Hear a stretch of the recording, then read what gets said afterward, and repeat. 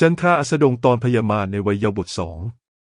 เรื่องที่ว่าเหตุใดจอมมารหนุ่มจึงถูกลงโทษให้คุกเข่าความทรงจำที่หลี่ซูซูได้รับมาเป็นเช่นนี้เมื่อครึ่งเดือนก่อนเจ้าของร่างเดิมยี่กับพี่สาวสายรองของนางยี่ปิงฉางตกลงไปในทะเลสาบด้วยกันสุดท้ายองค์ชายหกกระโดดลงไปช่วยพี่สาวสายรองบัณฑิตจ้วงหยวนก็กระโดดลงไปช่วยพี่สาวสายรองมิหนำซ้ำสามีของเจ้าของร่างเดิมฐานไถจิ้นที่เพิ่งแต่งงานกันได้ไม่นานกระโดดลงไปในทะเลสาบแล้วก็ยังว่ายไปหาพี่สาวสายรองของนางท้ายที่สุดเป็นองครักษ์ลับของเจ้าของร่างเดิมเห็นว่าสถานการณ์ไม่ปลอดภัยจึงช้อนตัวเจ้าของร่างเดิมขึ้นมา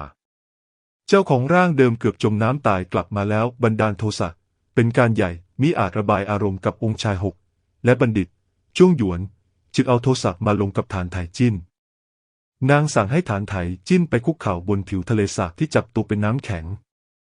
นางยกโทษให้เขาเมื่อใดเมื่อนั้นเขาจึงจะลุกขึ้นมาได้ทว่าการลงโทษยังมิได้เริ่มขึ้นเจ้าของร่างเดิมก็ถูกอาเย็นจนล้มป่วยท่านย่าพานางกับฐานไถจิ้นไปจุดธูปไหว้พระขอพรที่วัดไม่คิดว่าระหว่างทางจะเกิดเหตุไม่คาดฝันขึ้นเจ้าของร่างเดิมถูกโจรภูเขาจับตัวไปบัดนี้กลับมาแล้วการลงโทษย่อมต้องดำเนินต่อไปหลีซูซูลูกหน้าอกอยากออกไปดูจอมมารหนุ่มคุกเข่ารับโทษนี่ต้องเป็นสิทธิพิเศษของนางที่ทะลุมิติมา500 ปีแน่ๆหากว่ามีไข่มุกรวบรวมเงานางจะต้องเก็บภาพเงาเอาไว้และนำกลับไปให้อาจารย์อาและอาจารย์ลุงทั้งหลายดูแน่โลกบำเพ็ญเขียนของพวกเราได้ระบายความแค้นแล้วฐานไถจิ้นคุกเข่าบนพื้นน้ำแข็ง2 วันก่อนตอนเขากลับมาพ่อบ้านจวนแม่ทัพใหญ่ยี่ยิ้มเอ่ยว่าหวังว่าชื่อจือคงมิได้ลืมวาจาของคุณหนูสาม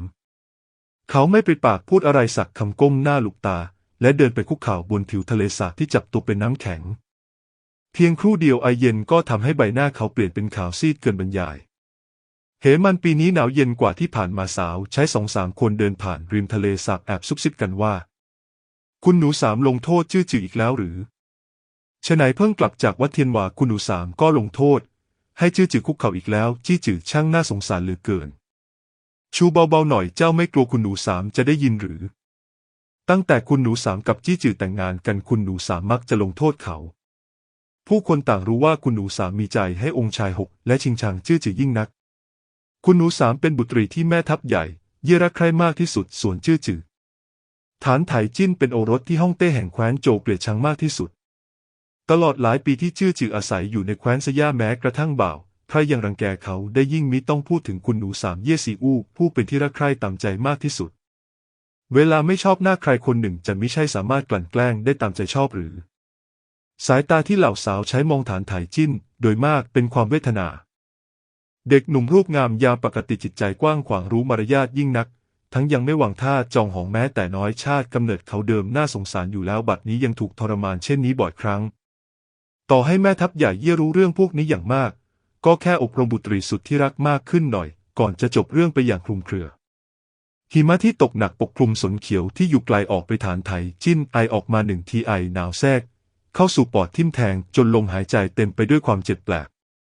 น้ำแข็งใต้หัวเข่าเย็นเฉียบจนกระดูกเขาเจ็บระบมบนเส้นผมดำคลับของเด็กหนุ่มมีเกล็ดน้ำแข็งจับอยู่ชั้นหนึ่งฐานไถจิ้นคุกเข่ามานานเกินไปความเจ็บที่หัวเข่าทำให้เขาเปล่งเสียงครางทุ้มต่ำเขายันพื้นน้ำแข็งพยายามประคองร่างกายไว้ผิวน้ำแข็งสะท้อนใบหน้าเขาเป็นภาพใบหน้าของเด็กหนุ่มที่อ่อนแอไว้พิษภัยดวงหนึ่งเขาคิดถึงเหตุการณ์เมื่อ2 วันก่อนตอนเขาอุ้มคุณหนูสามกลับมาจากรังโจรหูหยินผู้เท่าสกุลเย่ใบหน้าเขียวคล้ำเอ่ยขึ้นเรื่องนี้ไม่ว่าใครก็ห้ามแพร่งพรายออกไปทั้งนั้นหากข้ารู้ว่าเรื่องนี้หลุดออกไปจากปากใครสกุลเย่จะไม่ละเว้นคนผู้นั้นแน่นอนหูหยินผู้เท่าสีหน้าเฉียบขาดดวงตาฉายแววหน้าเกรงขามเข้มข้นหลังจากนั้นหูหยินผู้เท่ามองมาทางเขาอย่างปลอบประโลมหมูโมในจวนตรวจดูแล้วเสื้อผ้าบนตัวซีอู้ยังอยู่ครบสมบูรณ์มิได้เกิดเรื่องที่ผิดต่อเจ้าอย่างแน่นอนท่านย่ากังวลเกินไปแล้วข้าย่อมต้องเชื่อใจซีอู้อยู่แล้วขอรับหูหยินผู้เท่ามองเขาแวบหนึ่งก่อนจะพยักหน้าอย่างพึงพอใจเรื่องที่คุณหนูสามถูกโจรภูเขาลักพาตัวไปถูกปกปิดไว้เช่นนี้เองทว่าหูหยินผู้เท่ายังคงสืบต่อถึงอย่างไรก็มีองครักษ์สกุลเย่ติดตามไปคุ้มกันด้วยหลายปีมานี้ยังไม่เคยเกิดเหตุไม่คาดฝันเช่นนี้มาก่อนฉะไหนโจรภูเขาจึงหมายตาคุณหนูสามของพวกเขาเรื่องนี้ไม่ว่าขบคิดอย่างไรก็ล้วนไม่ปกติอาศัยโจรกระจอกกลุ่มนั้น ไม่มีทางที่จะพาตัวเย่ซีอูไปได้อย่างง่ายดายแต่ไม่ว่าหูหยินผู้เฒ่าจะสืบอย่างไรก็ล้วนไม่ได้คำตอบเรื่องนี้จึงได้แต่สรุปว่าเป็นอุบัติเหตุหลีซูซูมาที่ริมทะเลสาบมองปราดเดียวก็เห็นตัวต้นเหตุแห่งหายนั้นในวันข้างหน้าเด็กหนุ่มอยู่บนผิวทะเลสาบที่จับตัวเป็นน้ำแข็งใกล้จะทนไม่ไหวเต็มทีใบหน้าเขาซีดเผือดริมฝีปากไม่แดงสดอีกแล้วทั้งยังเริ่มเป็นสีคล้ำด้วยรู้สึกว่ามีคนกำลังมองตนเด็กหนุ่มจึงเหลือบตาขึ้นประสานสายตากับหลีชูชูพอดีเด็กสาวสวมเสื้อคลุมตัวใหญ่เนื้อนุ่มสีขาวบริสุทธิ์พลางเอียงคอพิจารณาเขาสองคนสบตากันจากระยะไกลโดยมีผิวทะเลสาบขั้นกลางฐานไถจิ้นพันมองเห็นว่าดวงตาของนางโค้งลงเป็นรอยยิ้มไม่รู้ว่าพึงพอใจกับทิวทัศน์ของหิมะฤดูหนาวในจวนหรือพึงพอใจกับสภาพอเนจอนาถของเขาในทะเลสาบชุนเถาที่อยู่ข้างกายหลีซูหูแล้วทนมิได้จึงใช้ความกล้าหาญทั้งหมดที่มีในชีวิตเอ่ยปากขอความเมตตาชื่อจิกคุกเข่ามา2 วันแล้วหากยังคุกเข่าต่อไปเกรงว่าร่างกายจะบาดเจ็บได้จะให้เรียกชื่อจือขึ้นมาหรือไม่เจ้ากักหลีซูซูสายหน้าพูดอย่างจริงจังว่าเขาดูสดชื่นยิ่งนักท่าทางน่าจะยังคุกเข่าได้อีกหลายวันหลายคืนชุนเถาพูดไม่ออกคุณหนูสามพูดจริงหรือไม่แน่นอนว่าหลีซูซูจริงจังนางลูกศีรษะชุนเถาเจ้าไม่รู้อะไรแม่นางน้อยอย่างเจ้าหากถือกำเนิดในโลกอนาคตแค่ได้ยินชื่อเขาคงจะตกใจกลัวจนเป็นลมไปด้วยซ้ำไม่มีทางเห็นใจเขาหรอกคุกเข่าให้ท่อนล่างใช้งานไม่ได้ถึงจะดีดูชี้ว่าวันหน้าเขาจะกลายเป็นจอมมันอย่างไรนางมองฐานไถจิ้นแวบหนึ่งมิได้เอ่ยอะไรทั้งสิ้นก็หันหลังแขนเสื้อเดินจากไปพอเห็นแผ่นหลังของเด็กสาวหายลับไปบนระเบียงทางเดินใต้หลังคาฐานไถจิ้นก็เม้มปากแน่นดึงสายตากลับมาหลีซูซูไปเรือนหูหยินผู้เฒ่าหูหยินผู้เฒ่าเพิ่งตื่นจากการนอนกลางวันเนื่องจากศรัทธาในพุทธะในห้องจึงมีกลิ่นจันทร์ขาวลอยอวนตอนหลีซูซูเข้าไปในห้องยังมีหญิงสาววัยกำดัดในชุดเขียวยืนอยู่ผู้หนึ่งเดิมแม่นางชุดเขียวบีบนวดไหล่ให้หูหยินผู้เฒ่าอยู่ครั้นเห็นหลีซูซูเข้ามาก็หยุดมือหลีซูซูจำแนกคนไม่ได้จึงมิได้ส่งเสียงแม่นางผู้นั้นกลับเป็นฝ่ายผงกศีรษะให้นางพลางร้องเรียกเสียงแผ่วน้องหญิงสามที่แท้เป็นคุณหนูรองที่เกิดจากอนุของสกุลเย่เย่หลันอินหลีซูซูพยักหน้าเอ่ยทักทายว่าพี่หญิงรองเย่หลันอินไม่คิดว่าหลีซูซูจะทักตอบนางรู้สึกประหลาดใจจึงชำเลืองมองหลีซูซูแวบหนึ่งอย่างประหม่าและย่อกายคารวะหูหยินผู้เฒ่าท่านย่าไว้พรุ่งนี้หลันอินค่อยมาไหว้พระเป็นเพื่อนท่านใหม่หูหยินผู้เฒ่าตบมือนางเบาๆและพยักหน้าหลีซูซูกระจ่างแจ้งในที่สุดเจ้าของร่างเดิมเป็นจอมเผด็จการน้อยในบ้านสกุลเย่เมื่อนางมาเย่หลันอินก็ต้องหลีกทางให้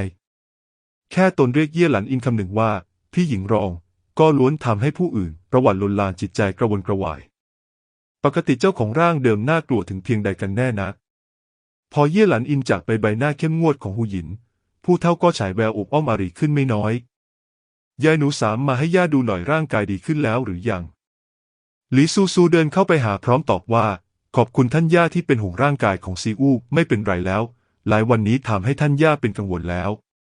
หูหยินผู้เฒ่าจิ้มหน้าผากนางอย่างชิดใกล้ย่าอายุมากแล้วมีชีวิตอยู่ได้อีกไม่กี่ปีเจ้าเด็กคนนี้ช่วยทำให้ย่าเป็นห่วงน้อยลงหน่อยเถิดหลีซูซูบีบนวดไหล่ให้หยินผู้เฒ่าท่านย่าร่างกายแข็งแรงคนไม่รู้ยังนึกว่าเป็นท่านแม่ของข้าเสียอีกท่านต้องอยู่ปกป้องซีอูตลอดไปปากไม่มีหูรูดพูดเหลวไหลอะไรกันหูหยินผู้เฒ่าแซงทำทีตำหนิแต่รอยยิ้มในดวงตาปิดอย่างไรก็ปิดไม่มิดภรรยาเอกของแม่ทัพใหญ่เย่นั้นหลังจากให้กำเนิดเจ้าของร่างเดิมก็เสียชีวิตแม่ทัพใหญ่เย่มิได้แต่งภรรยาใหม่หูหยินผู้เฒ่าจึงอุ้มเจ้าของร่างเดิมมาเลี้ยงดูข้างกายจนเติบใหญ่เด็กที่ตนเองเลี้ยงมากับมือกล่าวได้ว่าอมไว้ในปากยังกลัวละลายจริงแท้นางจึงลำเอียงอย่างยิ่งที่เจ้าของร่างเดิมยโสโอหังถึงเพียงนี้ความรักใคร่จากท่านย่ามีส่วนอย่างมากเจ้าของร่างเดิมก็เฉลียวฉลาดปกติแม้จะไร้กาจแต่ก็ยังรู้จักประจบเอาใจผู้สูงวัยเป็นอย่างดีแคว้นสย่าส่งเสริมหลักความกตัญญูแม่ทัพใหญ่เย่เป็นบุตรกตัญญูที่เรื่องชื่อหูหยินผู้เฒ่าสกุลเย่เห็นเย่ซีอู้เหมือนแก้วตาดวงใจพลอยทำให้แม่ทัพใหญ่เย่รักใคร่เอ็นดูบุตรีสายตรงเพียงหนึ่งเดียวผู้นี้ตามไปด้วยเรื่องในวัดย่าสั่งให้พวกบ่าวไพร่ปิดปากแล้วเจ้าเองก็อย่าเที่ยวพูดส่งเดชชื่อเสียงของสตรีเป็นสิ่งสำคัญหลีซูซูพยักหน้าข้าทราบแล้วเจ้ากับท่านย่าในสกุลเย่หูหยินผู้เฒ่ารักเจ้าของร่างเดิมจริงๆคิดถึงความปรารถนาของเจ้าของร่างเดิม วันข้างหน้าหลี่ซูซูจะพยายามดีต่อหูหยินผู้เฒ่าเงียบไปครู่หนึ่งหูหยินผู้เฒ่าพูดต่อว่าเจ้าเองก็ต้องรู้จักคิดบ้างไปปลอบโยนชื่อจื่อหน่อยเกิดเรื่องเช่นนี้กับภรรยาในใจเขาย่อมเลี่ยงมิได้ที่จะมีความกังขาหลี่ซูซูคิดถึงเด็กหนุ่มที่ถูกลงโทษให้คุกเข่าอยู่บนทะเลสาบน้ำแข็งไม่ว่าอย่างไรนางก็ไม่ยอมเป็นสามีภรรยากับจอมมารในวัยเยาว์เด็ดขาดกินอิ่มไม่มีอะไรทำหน้าซีถึงจะได้ไปปลอบโยนเขาทว่ายามอยู่ต่อหน้าหูหยินผู้เฒ่านางมิอาจพูดเช่นนี้ได้แต่ผงกศีรษะอย่างว่าง่ายซีอู้ทราบแล้วเจ้าค่ะหูหยินผู้เฒ่าพยักหน้ายิ้มท่านย่าหาตัวอินเชี่ยวพบหรือยังเจ้ากักหูหยินผู้เฒ่าแววตาวูบวูบก่อนยิ้มตอบเด็กคนนั้นน่าหรือตามตัวกลับมาได้แล้วไม่ได้บาดเจ็บอะไรย่าส่งนางไปที่หมู่บ้านเกษตรแล้วล่ะอินเชี่ยวถึงวัยออกเรือนตั้งนานแล้วครั้งนี้นางปกป้องเจ้านายอย่างกล้าหาญย่อมมิอาจปล่อยให้นางเสียเวลาอยู่ในจวนอีกต่อไปหูหยินผู้เฒ่าทอดถอนใจเรื่องระคายหูพวกนี้ทางที่ดีชั่วชีวิตนี้อย่าให้ซีอูต้องรับรู้เลยหลี่ซูซูอยู่ข้างหลังหูหยินผู้เฒ่าจึงมองไม่เห็นสีหน้าของผู้ชรานางฟังแล้วโล่งอกเช่นนั้นก็ดีเรื่องงานเลี้ยงในวังก่อนหน้านี้ย่ายังไม่ได้ว่าเจ้าเลยพี่หญิงใหญ่ของเจ้าออกเรือนไปแล้วเจ้าจะไปหาเรื่องนางอีกด้วยเหตุใดนี่ยังจะตกลงไปในน้ำกับนางอีกย่ารู้ว่าแต่ก่อนเจ้าชมชอบองค์ชายหกแต่ตอนนี้พี่หญิงใหญ่ของเจ้าเป็นสยารองขององค์ชายหกแล้วเจ้าเองก็แต่งให้ฐานไถจิ้นแล้วเชื่อย่าเถอะนะต่อไปอยู่ห่างจากองค์ชายหกให้มากหน่อยหลี่ซูซูเกือบจะสำลักน้ำลายใช่เจ้าของร่างเดิมนอกจากนิสัยเสียแล้วปัญหาร้ายแรงที่สุดคือนางชอบบุรุษของพี่สาวตนเองอย่างองค์ชายหกแม้ต่างฝ่ายต่างแต่งงานไปแล้วก็ไม่ยอมตัดใจเจ้าของร่างเดิมทั้งหาเรื่องทั้งปองร้ายพี่สาวสายรองไม่ขาดไปสักอย่างส่วนฐานไถจิ้นกลับพึงใจพี่สาวสายรองของนางช่างเป็นความสัมพันธ์ที่ยุ่งเหยิงเสียนี่กระไรพวกเขาสองสามีภรรยาต่างก็หมายปองสามีภรรยาของผู้อื่นทว่ามิอาจได้มาครอบครองหูหยินผู้เฒ่าเห็นนางไม่ส่งเสียงตอบคิดว่านางยังคิดไม่ตกจึงตีหลังมือนางอย่างไม่ได้ดังใจรับปากย่ามาเดี๋ยวนี้เจ้ากะซีอู้ทราบแล้วต่อไปจะอยู่ให้ห่างจากองค์ชายหกแน่นอนเจ้ากะต่อให้หูหยินผู้เฒ่าไม่พูดหลี่ซูซูก็ไม่มีทางแย่งชิงองค์ชายหกอะไรนั่นกับพี่สาวสายรองอยู่แล้วหลี่ซูซูรับคำเร็วเกินไปหูหยินผู้เฒ่ากลับบังเกิดความเคลือบแคลงซีอู้ชมชอบองค์ชายหกแทบจะเรียกได้ว่าถึงขั้นจะเป็นจะตายฉะไหนตัดใจง่ายๆเจ้าเด็กคนนี้คงมิใช่หลอกให้ย่าสบายใจกระมังสองแก้มของหลี่ซูซูบุ๋มลงเป็นลักยิ้มตื้นๆมิใช่เช่นนั้นเจ้ากะหูหยินผู้เฒ่าพูดต่อพิสูจน์ให้ย่าเห็นหยุดลงโทษชื่อจื่อได้แล้วย่าได้ยินมาว่าเจ้าให้เขาไปคุกเข่าบนทะเลสาบน้ำแข็งข้างนอกหนาวเย็นถึงเพียงนั้นนี่ใช้เรื่องที่แม่นางน้อยคนหนึ่งพึงกระทำอย่างนั้นหรือหากเรื่องแพร่ออกไปย่อมกระทบต่อชื่อเสียงของเจ้าฐานะของเขาไม่ดีก็จริงแต่ถึงอย่างไรก็เป็นสามีเจ้าจะทรมานจนถึงตายได้อย่างไรต่อไปเจ้าจงสำรวมจิตใจใช้ชีวิตต่อไปให้ดีจึงจะเป็นเรื่องที่ถูกต้องหลี่ซูซูเห็นหูหยินผู้เฒ่ามองตนอย่างยืนกรานต้องให้นางพยักหน้าให้จงได้นางจึงถอนหายใจหนึ่งที่เจ้ากะเย่หลันอินเดินออกจากเรือนของหูหยินผู้เฒ่าสาวใช้ของนางนามว่าเฉียวปรีเข้ามารับคุณหนูรองวันนี้ฉไหนจึงออกมาเร็วปานนี้เจ้าคะน้องหญิงสามมานะเฉียวเข้าใจทันที่พลางอย่างปวดใจหูหยินผู้เฒ่าลำเอียงเกินไปแล้วพอเห็นเย่หลันอินมิได้ห้ามปรามเฉียวจึงพูดต่อคุณหนูสามผลักคุณหนูใหญ่ตกน้ำต่อหน้าองค์ชายหกหูหยินผู้เฒ่ายังกดเรื่องนี้เอาไว้แต่ก่อนล้วนคิดว่าคุณหนูสามจะต้องเป็นชายาเอกขององค์ชายหกแน่ไม่คิดว่าเพียงพริบตาองค์ชายหกจะรับคุณหนูใหญ่เป็นชายารองแววตาของเย่หลันอินวูบไหวนั่นสินะใครๆต่างคิดไม่ถึงว่าองค์ชายหกจะมาเจรจาสู่ขออีกทั้งบุคคลที่ขอกลับเป็นบุตรีคนโตสายรองของสกุลเย่ปิงฉางถึงอย่างไรเย่ปิงฉางก็เป็นบุตรีสายรองมิอาจเป็นชายาเอกขององค์ชายได้จึงได้แต่เป็นชายารองทว่าตอนนั้นเย่หลันอินมองจากไกลๆยังเห็นว่าในดวงตาขององค์ชายหกเต็มไปด้วยความรักที่มีต่อพี่หญิงใหญ่พอคิดถึงตรงนี้เย่หลันอินก็ทำผ้าเช็ดหน้าแน่นด้วยความแค้นล้วนเป็นบุตรีสายรองเหมือนกันเย่ปิงฉางสามารถเป็นที่รักใคร่ให้เกียรติขององค์ชายได้ตนกลับได้แต่ประจบเอาใจหูหยินผู้เฒ่าฝากความหวังว่านางจะสามารถหาคู่ครองที่ดีสักหน่อยให้กับตนในวันข้างหน้าเย่หลันอินอายยิ่งนักจบจนเห็นฐานไถจิ้นบนพื้นน้ำแข็งสีหน้านางจึงดีขึ้นเล็กน้อย แม้แต่บนใบหน้าของเฉียวยังเผยรอยยิ้มยินดีในคราเคราะห์ของผู้อื่นคุณหนูสามเป็นบุตรีสายตรงเพียงคนเดียวในจวนแม่ทัพแล้วอย่างไรแต่งให้กับชื่อจือที่ต่ำต้อยถึงเพียงนี้ครึ่งชีวิตที่เหลือยังจะมีลาภยสรรเสริญใดๆให้พูดถึงอีกผู้คนต่างรู้ว่าฐานไถจิ้นมาเป็นตัวประกันที่แคว้นสย่าตั้งแต่อายุ6 ขวบถูกขังอยู่ในวังมาโดยตลอดได้ยินว่าเขาเคยล้างเท้าให้ขันทีแม้แต่อาหารสุนัขก็เคยกินมาแล้วคนต่ำต้อยเช่นนี้บางทีอาจไม่รู้หนังสือสักตัวด้วยซ้ำไหนเลยจ้ะเทียบกับองค์ชาย6ที่เพียบพร้อมทั้งด้านบุญและด้านบูได้แม้แต่ครึ่งส่วนเดือนแรกที่แต่งให้เขาคุณหนูสามฟูมฟายอยู่นานทั้งอาละวาดทั้งกลด่า2 เดือนมานี้เพิ่งจะดีขึ้นบ้างแต่ก็ไม่เห็นฐานไถจิ้นเป็นคนอยู่ดีเย่หลันอินใช้ผ้าเช็ดหน้าปิดปากบดบังรอยยิ้มมุมปากไว้แคว้นชย่าส่งเสริมวิชายุทธได้ยินว่าฐานไถจิ้นผู้นั้นแก่นกระดูก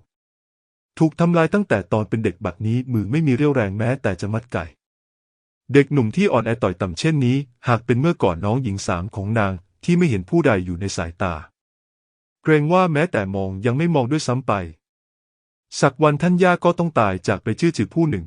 ที่ไม่มีแม้กระทั่งวังของตนเองถึงเวลาจะให้อะไรกับเย่ซีอู้ชีวิตนี้ของเย่ซีอู้ยังมิใช่ต้องถูกผู้อื่นเคี่ยวกรำตามอำเภอใจหรือเชียวพูดขึ้นได้ยินว่าชื่อจือคุกเข่าบนน้ำแข็งมา2 วันแล้วดูจากสีหน้าเขาเกรงว่าคงใกล้จะทนไม่ไหวเต็มทีคุณหนูรองจะมอบชุดคลุมกันลมให้เขาสักตัวหรือไม่เจ้ากะยามปกติเย่หลันอินชอบแสดงน้ำใจต่อบ่าวไพร่มากชื่อเสียงภายในจวนดียิ่งนิสัยอ่อนโยนจิตใจงดามย่อมได้ใจจากผู้คนมากกว่าคุณหนูสามเย่ซีอู้มากนักเย่หลันอินมีใจจะทำเช่นนั้นหลายส่วน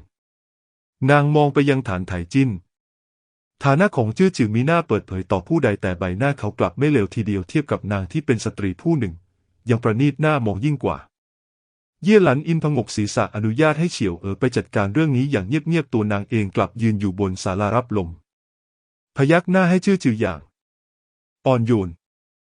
ฐานไถจิ้นมองเห็นคุณหนูรองของจวนเช่นเดียวกันเฉียวถือชุดคลุมกะลมสีขาวบริสุทธิ์ตัวหนึ่งย่ำไปบนพื้นน้ำแข็งอย่างระวังเดินตรงไปหาเขาลิซูชูกลับจากอยู่เป็นเพื่อนท่านย่าพอดีจึงเห็นภาพนี้เข้าพี่หญิงรองของนางกำลังแสดงน้ำใจต่อจอมมารในวัยเยาว์นางย่ำเท้าเดินเข้าไปพลางพี่หญิงรองท่านทำอะไรนะเย่หลันอินตกใจสะดุ้งไม่คิดว่าลิซูซูจะออกมาเร็วปานนี้ตนเองถูกจับได้ขนังคาเขานางรีบว่าน้องหญิง3เจ้าอย่าได้เข้าใจผิดข้าเห็นว่าอากาศหนาวเย็นถึงเพียงนี้อีกทั้งหิมะก็เริ่มตกแล้วชื่อจือคุกเข่ากลางอากาศหนาวเหน็บหากมีอันตรายถึงชีวิตจะไม่ดีนักดังนั้นจึงให้เฉียวนำชุดคลุมกันลมไปให้เขาหลีซูชูถามฐานไถจิ้นที่อยู่บนพื้นน้ำแข็งยังทนไหวหรือไม่ชุดคลุมกันลมที่พี่หญิงรองมอบให้เจ้าต้องการหรือไม่หลีซูในฐานะแสงสว่างแห่งฝ่ายธรรมารู้สึกจริงสังสารเลวที่ในอนาคตจะสร้างความโกลาหลให้กับสามพิภพผู้นี้ยิ่งนักฐานไถจิ้นชำเลืองมองหลิซูแวบหนึ่งพลางตอบเย่หลันอินว่าขอบคุณในความปรารถนาดีของคุณหนูรองข้าผู้น้อยไม่หนาวนี่ก็คือการปฏิเสธเย่หลันอินกระอักกระอ่วนใจอยู่บ้างในเมื่อเป็นเช่นนี้ข้าไม่รบกวนน้องหญิง3กับชื่อจือแล้วนางทนอยู่ที่นี่ต่อไปไม่ไหวจึงพาเฉียวจากไปหลิซูกระชับชุดคลุมกันลมนุ่งฟูบนร่างให้แน่นนางลูกตาจอมมารที่คุกเข่าอยู่ข้างเท้าการสังหารเขาอาจเป็นความใฝ่ฝันของทุกผู้ทุกคนในโลกบำเพ็ญเพียรเบื้องบนไปจนถึงองค์เหนือหัวเบื้องล่างไปจนถึงเด็กน้อยนี่ก็เป็นปณิธานอันยิ่งใหญ่ที่หลิซูตั้งไว้ในใจตั้งแต่เด็กเช่นกันเวลานี้เขาดูอ่อนแอมิอาจทนการโจมตีใดๆได้จอมมารในวัยเยาว์เปราะบางเหมือนทารกกระนั้นเด็กสาวฝ่ายธรรมะธรรมถ้าจะลงมือเพราะดีที่หลิซูชูสะกดความคิดนี้ไว้ได้อย่างอุดปิดผู้บำเพ็ญเพียรล้วนมีแก่นวิญญาณเช่นเดียวกับมารโดยกำเนิดที่ย่อมมีกระดูกมารเหล่าผู้อาวุโยเคยบอกว่าหากไม่กำจัดกระดูกมารของจอมมารต่อให้สังหารเขาแล้วเขายังคงสามารถดูดซับไอแคนทั่วฟ้าดินและเกิดใหม่ได้นั่นก็หมายความว่าการฆ่าเขากลับเป็นการทำให้เขาแข็งแกร่งกว่าเดิมนางต้องหาวิธีกำจัดกระดูกมารให้ได้เสียก่อนฐานไถจิ้นรู้สึกถึงไอสังหารอย่างเลือนรางเขาเหลือบตาขึ้นก็เห็นเด็กสาวเบนสายตาออกไปแล้วจากสายตาเขามองเห็นเพียงพวงแก้มครึ่งซีกของนางยังมีใบหูขาวสะอาดที่เปิดเผยอยู่ภาย นอกริมฝีปากนางยื่นออกมานิดๆคล้ายกำลังไม่พอใจปากคู่นั้นดูนุ่มเนียนจิ้มลิ้มน่ารักท่าทางเช่นนี้ดูไม่สอดคล้องกับความไร้กาจของนางแม้แต่น้อยฐานไถจิ้มหนาวจนไร้ซึ่งความรู้สึกร่างกายล้มลงบนพื้นน้ำแข็งกระทันหันเด็กสาวผู้สูงศักดิ์ชะงักครู่หนึ่งมิได้มองเขาและเดินผ่านข้างกายเขาไปเขากดตัวอยู่บนพื้นในคันลองสายตาบนรองเท้าปักลายสีชมพูของเด็กสาวดอกท้อสีขาวอมชมพูพริบานดอกแล้วดอกเล่าล้วนเปี่ยมด้วยพลังชีวิตตอนกลางคืนแม่ทัพใหญ่เยี่ยมมิได้กลับจวนหูหยินผู้เฒ่าอายุมากแล้วไม่กระปรี้กระเปร่านักจึงบอกให้ทุกคนกินอาหารค่ำที่เรือนของตนเองหลีซูซูอาบน้ำเสร็จชุนเถาก็ปรนนิบัตินางเข้านอนชุนเถาปล่อยผมให้นางเห็นคิ้วตาของนางดูงดงามน่ารักยิ่งนักภายใต้แสงไฟจึงอดเอ่ยชมมิได้เส้นผมของคุณหนูสามทั้งลื่นทั้งนุ่มพอชมเสร็จก็ตกใจเกรงว่าคุณหนูสามจะโมโหหาว่านางไม่รู้ธรรมเนียมมารยาทไม่คิดว่าคุณหนูสามจะยิ้มจนคิ้วตาโค้งลงทั้งยังเอ่ยว่าเส้นผมของชุนเถาก็งามเช่นกันเด็กสาวอีกคนที่ชื่อสีสีวิ่งเข้ามาย่อกายให้หลีซูซูและงึมงำเสียงเบาเหมือนเสียงยุงหูหยินผู้เฒ่าให้คนส่งตัวจื้อกลับมาเจ้ากะหลีซูซูเหลือบตาขึ้นเห็นฐานไถจิ้นเดินเข้ามาในเรือนตามคาดเกล็ดน้ำแข็งบนผมของเด็กหนุ่มเพิ่งละลายเมื่อสัมผัสกับความอบอุ่นภายในห้องก็กลายเป็นหยดน้ำหยดแล้วหยดเล่าเขานำพาไอหนาวเย็นจากลมหิมะข้างนอกมาด้วยเม้มปากมองหลีซูซูอย่างอึดอัดตอนนี้ยังไม่ถึงยามโยงแต่เนื่องจากอากาศเหน็บหนาวท้องฟ้ามืดเร็วข้างนอกจึงมืดสนิทแล้วพอเขาเข้ามาอากาศดูเหมือนจะนิ่งชะงักชุนเถากับสีสีรีบพูดคุณหนูสามพวกบ่าวขอตัวเจ้ากะชุนเถากับสีสีปิดประตูฐานไถจิ้นเอ่ยถามน้ำเสียงแหบพร่าคุณหนูสามหายโมโหหรือยังหลีซูชูไม่ชอบหน้าเขานางสายหน้าตอบยังเขาหลบตาลงขนตาดำเข้มดุจขนอีกาแผ่คลุมดวงตาความอบอุ่นภายในห้องกลับทำให้มือเท้าของเขาที่ถูกความเย็นจนเป็นแผลทั้งเจ็บทั้งคันผิวกลายเป็นสีแดงวงใหญ่หลีซูซูชำเลืองมองแวบหนึ่งแค่นเสียงเบาๆในใจจอมมารไม่น่าสงสารสักหน่อยนางเคยรักษาลูกเหยี่ยวปีกหักเด็กน้อยที่ไม่สบายผู้เท่าที่เส้นผมขาวโพลนแต่กฎเหล็กข้อแรกของพิภพเสียนแม่นางน้อยที่บำเพ็ญเพียรห้ามเห็นใจจอมมารที่อ่อนแอเป็นอันขาดก่อนจะจากกันถ้าชอบก็ฝากกดติดตามกดซับกดกระดิ่งเพื่อไม่ให้พลาดคลิปถัดไป